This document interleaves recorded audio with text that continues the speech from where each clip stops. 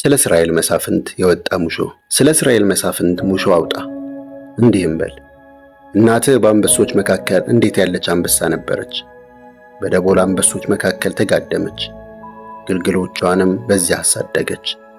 ከግልገሎቿ መካከል አንዱን አሳደገችው፣ እርሱም ብርቱ አንበሳ ሆነ። ግዳይ መንጠቅን ተማረ፣ ሰዎችንም በላ። አሕዛብም ስለ እርሱ ሰሙ፣ በጉድጓዳቸውም ገብቶ ተያዘ። እነርሱም በስናግ ጎትተው ወደ ግብፅ ምድር ወሰዱት።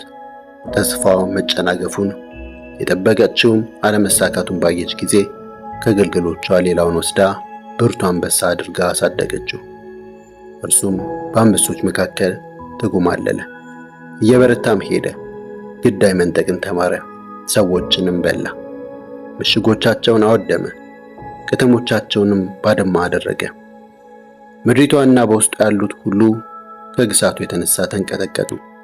በዙሪያው ያሉ አሕዛብ ተነሱበት፣ ከአገሩም ሁሉ ተሰበሰቡበት፣ መረባቸውን ዘረጉበት። በጉድጓዳቸውም ገብቶ ተያዘ። በስናግም በመጎተት ቀፎ ውስጥ ከተው ወደ ባቢሎን ንጉሥ አመጡት። ድምፁ በእስራኤል ተራሮች ላይ ዳግመኛ እንዳይሰማ በእስር ቤት አኖሩት። እናትህ በውሃ አጠገብ የተተከለ በእርሻ ውስጥ ያለ ከውሃም ብዛት የተነሳ ያፈራና የተንሰራፋ የወይን ተክል መሰለች። ቅርንጫፎቿ ለበትረ መንግሥት የሚሆኑ ጠንካሮች ነበሩ።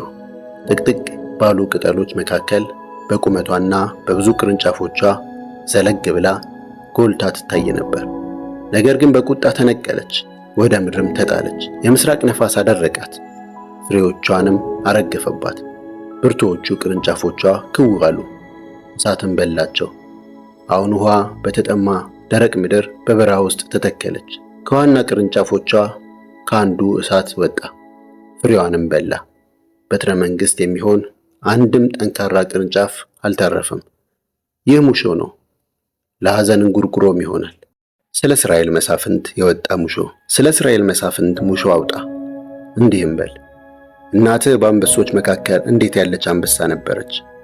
በደቦል አንበሶች መካከል ተጋደመች፣ ግልገሎቿንም በዚያ አሳደገች። ከግልገሎቿ መካከል አንዱን አሳደገችው፣ እርሱም ብርቱ አንበሳ ሆነ። ግዳይ መንጠቅን ተማረ፣ ሰዎችንም በላ። አሕዛብም ስለ እርሱ ሰሙ፣ በጉድጓዳቸውም ገብቶ ተያዘ። እነርሱም በስናግ ጎትተው ወደ ግብፅ ምድር ወሰዱት። ተስፋው መጨናገፉን የጠበቀችውም አለመሳካቱን ባየች ጊዜ ከግልገሎቿ ሌላውን ወስዳ ብርቱ አንበሳ አድርጋ አሳደገችው። እርሱም በአንበሶች መካከል ተጎማለለ፣ እየበረታም ሄደ። ግዳይ መንጠቅን ተማረ፣ ሰዎችንም